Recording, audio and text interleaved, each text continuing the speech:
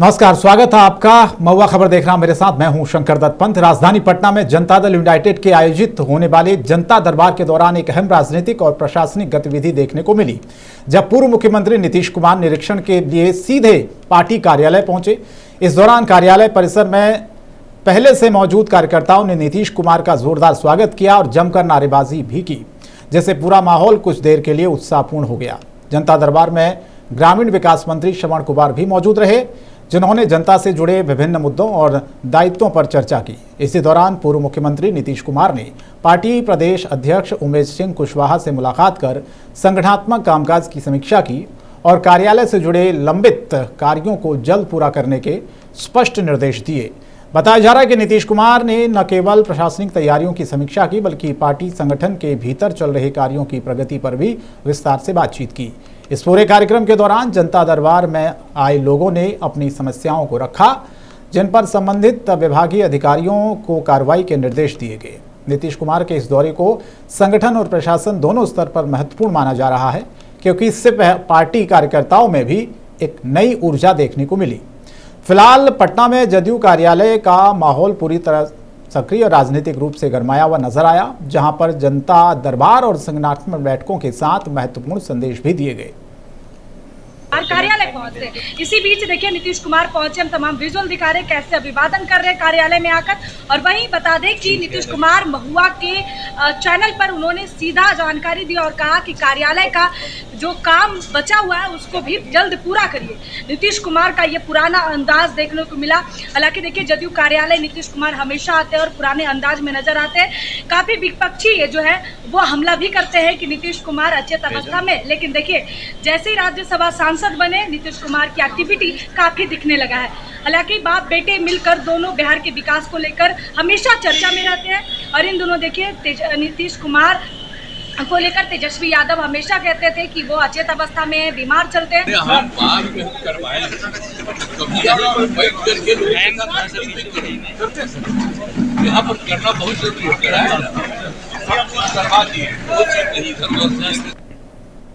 बिहार की सियासत में एक बार फिर बांकीपुर उपचुनाव को लेकर राजनीतिक सरगर्मी तेज है। वहीं राष्ट्रीय जनता दल के मुख्य प्रवक्ता शक्ति सिंह यादव ने बड़ा बयान देते हुए माहौल को गरमा दिया है। उन्होंने दावा किया कि पिछली बार बांकीपुर विधानसभा क्षेत्र में आरजेडी को करीब 50,000 वोट प्राप्त हुए थे, वहीं इस बार पार्टी उससे भी बेहतर प्रदर्शन की तैयारी में जुटी हुई है। शक्ति सिंह यादव ने कहा कि राष्ट्रीय जनता दल लगातार जनता के बीच जाकर संगठन को मजबूत कर रही है और बांकीपुर में इस बार जीत हासिल करना पार्टी का लक्ष्य है। दावा किया उन्होंने कि जनता अब बदलाव चाहती है और मौजूदा व्यवस्था से असंतुष्ट है, जिसका फायदा आरजेडी को मिलेगा।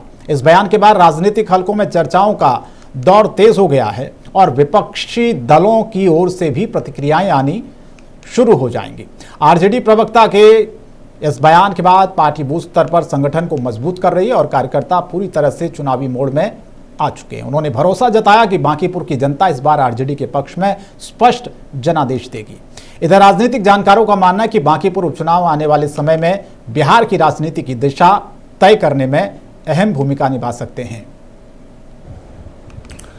देखिए, बांकीपुर विधानसभा के उपचुनाव होने हैं, अधिसूचना जारी हो गई है और पिछले बार राष्ट्रीय जनता दल ने बांकीपुर चुनाव लड़ा, लगभग 50,000 मत प्राप्त हुए, जमीनें तैयार की गई है, कार्यकर्ताओं ने लगन के साथ बांकीपुर विधानसभा में अपना योगदान दिया था।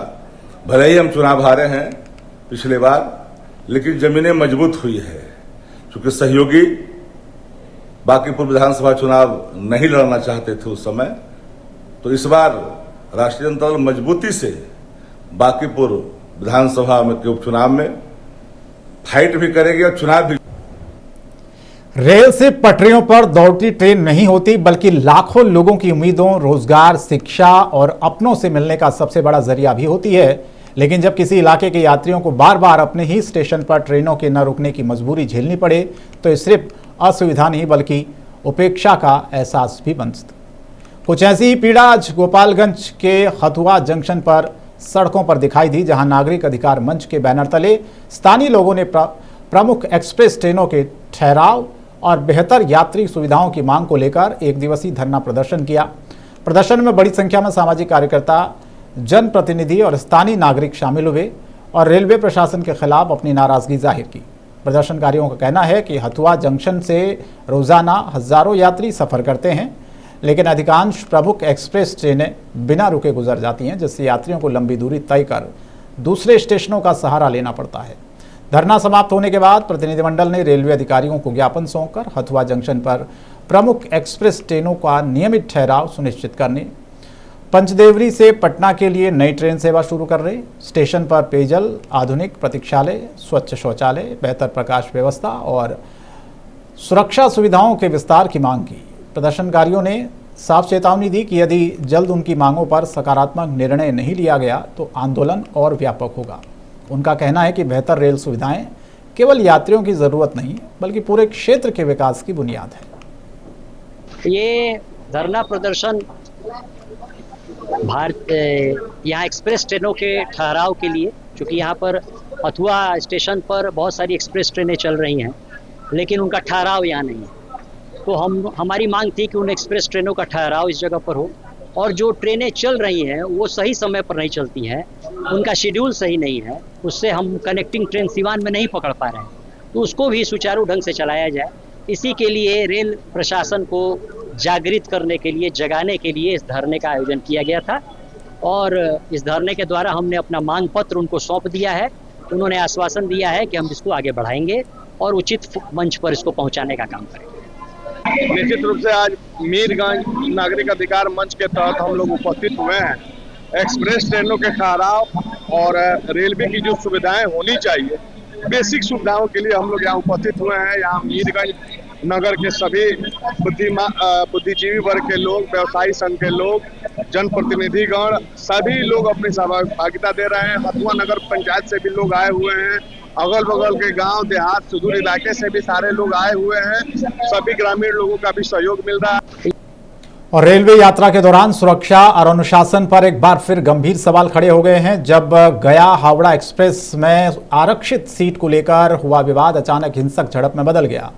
ये घटना क्यूल नवादा गया रेलखंड के काशीचक स्टेशन पर रविवार को समय हुई, जब सीट को लेकर शुरू हुआ मामूली विवाद कुछ ही देर में मारपीट तक पहुंच गया। आरोप है कि कुछ युवकों ने ट्रेन में घुसकर एक सब इंस्पेक्टर और उनकी पत्नी, जो स्वयं भी अब इंस्पेक्टर है, उसके साथ बदसलूकी और मारपीट की घटना को अंजाम दिया।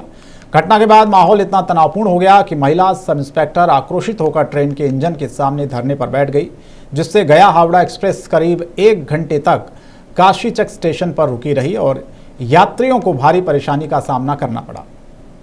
बता दें आपको कि अचानक ट्रेन रुकने से स्टेशन पर अफरा तफरी की स्थिति बन गई और बड़ी संख्या में यात्री परेशान भी नजर आए।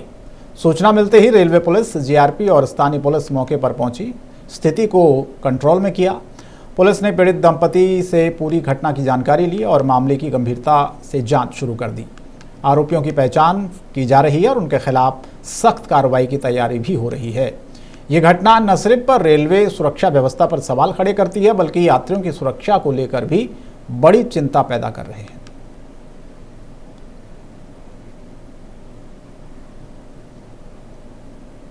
हजारीबाग से शिक्षा व्यवस्था पर सवाल खड़े करने वाली एक बड़ी खबर सामने आई है, जहां पर सरस्वती शिशु विद्या मंदिर में सालाना शुल्क यानी कि एनुअल चार्ज को लेकर अभिभावकों का गुस्सा फूट पड़ा।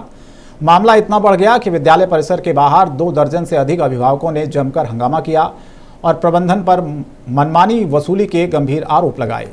परिजनों का कहना है कि सरकार की ओर से रीएडमिशन फीस पर रोक के बावजूद स्कूल प्रबंधन वार्षिक शुल्क और एनुअल फी के नाम पर प्रति छात्र 7,500 से 8,200 रुपये तक वसूल रहा है, जिससे गरीब और मध्यम वर्गीय परिवारों पर भारी आर्थिक बोझ पड़ रहा है। आरोप है कि फीस जमा न करने पर बच्चों को परीक्षा से वंचित करने की धमकी दी जाती है, जिससे अभिभावकों में आक्रोश और बढ़ गया है। प्रदर्शन के दौरान हालात इतने तनावपूर्ण हो गए हैं कि अभिभावक ने आत्महत्या की चेतावनी दे डाली। दूसरी ओर विद्यालय प्रबंधन ने सभी आरोपों को खारिज करते हुए कहा कि ये रीएडमिशन फीस नहीं बल्कि प्रांतीय दिशा निर्देशों के तहत लिया जाने वाला वार्षिक शुल्क है, जिसमें परीक्षा, भवन, बिजली और अन्य गतिविधियों का खर्चा शामिल बताया जा रहा है। प्रधानाचार्य का कहना है कि कुछ अभिभावक बकाया फीस को लेकर जानबूझकर भ्रम फैला रहे हैं। फिलहाल मामला तूल पकड़ चुका है और अभिभावकों ने जिला प्रशासन और शिक्षा विभाग से शिकायत कर कार्रवाई की मांग की है। अब बड़ा सवाल है कि क्या शिक्षा के मंदिर में फीस का ये विवाद सुलझ पाएगा या फिर ये आंदोलन और तेज होगा।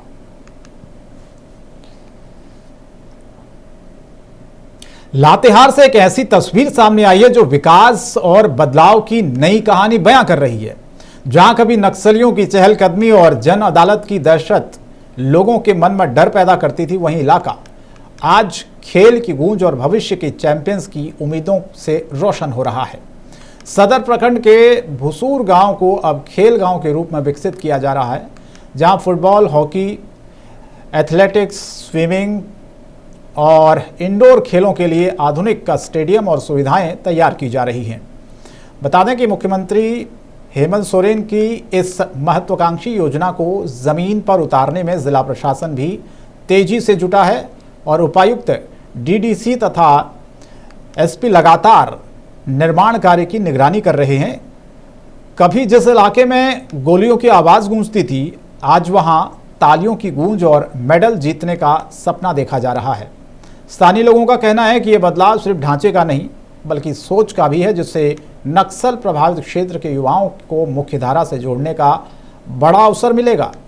खेल गांव में बनने वाले स्टेडियम, हॉस्टल और प्रशिक्षण केंद्र न सिर्फ जिला बल्कि राज्य और देश के लिए प्रतिभाशाली खिलाड़ी तैयार करना होगा। प्रशासन का दावा है कि ये परियोजना युवाओं के लिए रोजगार, खेल दोनों के नए रास्ते खोलेगी। ग्रामीणों में भी उत्साह है। अब उनके बच्चे बंदूक नहीं बल्कि मैदान में अपना हुनर का प्रदर्शन करेंगे। कुल मिलाकर भुसूर गांव अब डर से नहीं बल्कि खेल और प्रतिभा की पहचान से जाना जाएगा।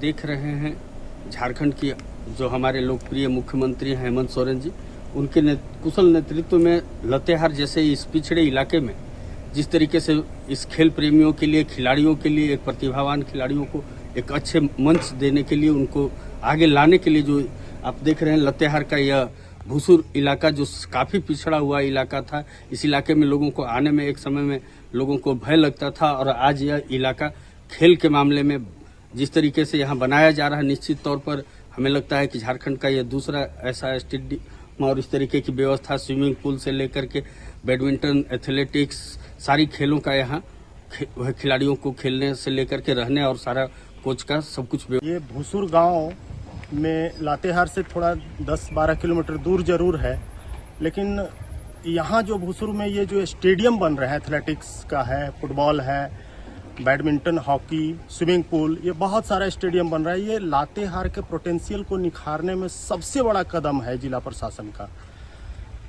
एक ऐसा खेल हब यहाँ बनेगा जो सभी खेलों का यहाँ समायोजित कर स्टेडियम बनाया जा रहा है। आने वाले दिन में यहाँ पे देखिए लातेहार जिले में खिलाड़ियों की कोई कमी नहीं है। यहाँ के खिलाड़ियों में पोटेंशियल इतना भरा पड़ा है कि एक छोटा सा मैं एक डे बोर्डिंग सेंटर का कोच हूँ और डे बोर्डिंग के खिलाड़ी यहाँ राष्ट्रीय स्तर पे अपना। देखिए, हमारे सरकार, हमारे माननीय मुख्यमंत्री, इनका स्पष्ट संदेश है कि ग्रामीण क्षेत्रों से बच्चों के विकास के लिए खेल का भी जो योगदान है, खास करके हमारे यहाँ प्रतिभा की कमी नहीं है। खिलाड़ियों में हॉकी, आर्चरी, वॉलीबॉल, फुटबॉल इत्यादि एथलेटिक्स में, इसमें ग्रामीण सुदूर क्षेत्र के बच्चे काफ़ी अच्छा करते हैं। मैं डायरेक्टर स्पोर्ट्स भी रहा हूँ। वैसे इसलिए एक रेसिडेंशियल और डे बोर्डिंग इत्यादि जो भी सरकार का प्रावधान है, उसके तहत हम लोगों ने लातेहार क्षेत्र में स्पोर्ट्स को बढ़ावा देने के लिए प्रयासरत हम लोग देख रहे। और बिहार झारखंड की खबरों में फिलहाल इतना ही, लेकिन महुआ खबर पर खबरों का सिलसिला जारी रहेगा। नमस्कार।